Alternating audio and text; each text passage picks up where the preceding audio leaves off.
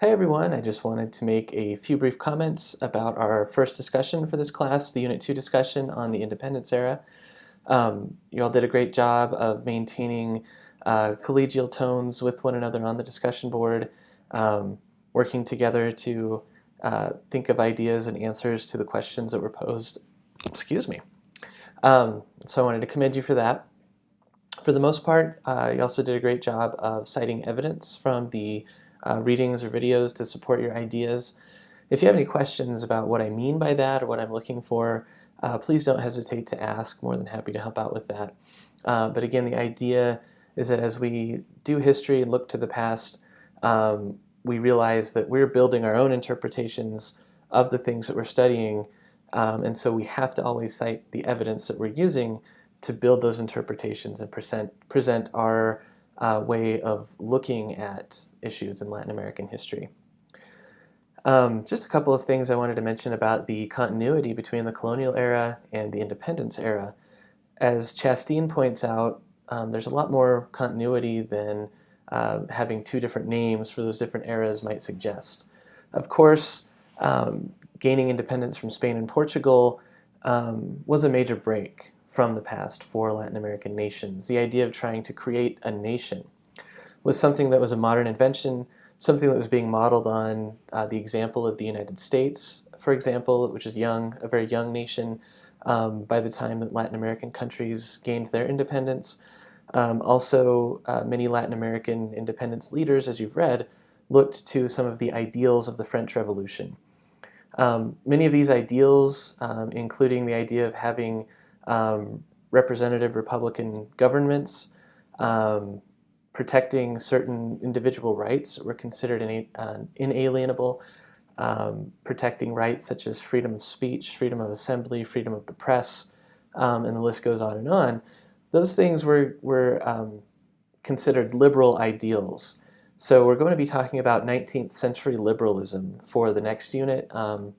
Maybe for the rest of our study of the 19th century, we're going to look at the ways in which conservatives and liberals clashed in various Latin American nations as they attempted to build those nations and solidify certain identities for the people who lived within those nations. Um, and so something I just wanted to point out as we go forward is that when we talk about liberalism in the 19th century, it doesn't mean the same thing that it means in the context of the 2016 election in the United States, for example. 19th century liberalism in a lot of ways may look more like modern conservatism in terms of it was all about free markets, it was all about individual liberties, and so on. Of course, it's not quite that simple either. But mostly I just want us to realize we're not dealing with the same definitions for those terms when we look at 19th century Latin America. So those liberal conservative divides that we'll be reading about came from somewhere else. Also, it's important for us to think about the ways in which these independent nations got going. And there are a couple of you in your comments on the discussion board that kind of pointed out, how could Latin America ever kind of gain the same economic and political stature as places like Europe or the United States when it seemed like it started off on the wrong foot. The wars of independence created a lot of damage for the infrastructure. Of course, that was the case too in the American Revolution. But the Latin American nations, for the most part, found themselves saddled with serious foreign debt that was very difficult for them to pay off. There were conflicts with Britain and France in Mexico, for example, in the 1830s, then again in the late 1850s and 1860s. In the 1860s, France actually occupied Mexico for a time because they were trying to get Mexico to service those debts. At least that was the ostensible reason for invading in the first place. So the terms that they started out on were kind of difficult. There were also a lot of cultural cues that continued from the colonial age to the age of independence. As we read about with figures like Morelos and Bolivar, they were attempting to do away with the caste system, which happened on paper. Slavery was abolished, at least on paper, and those were major changes in terms of social relationships.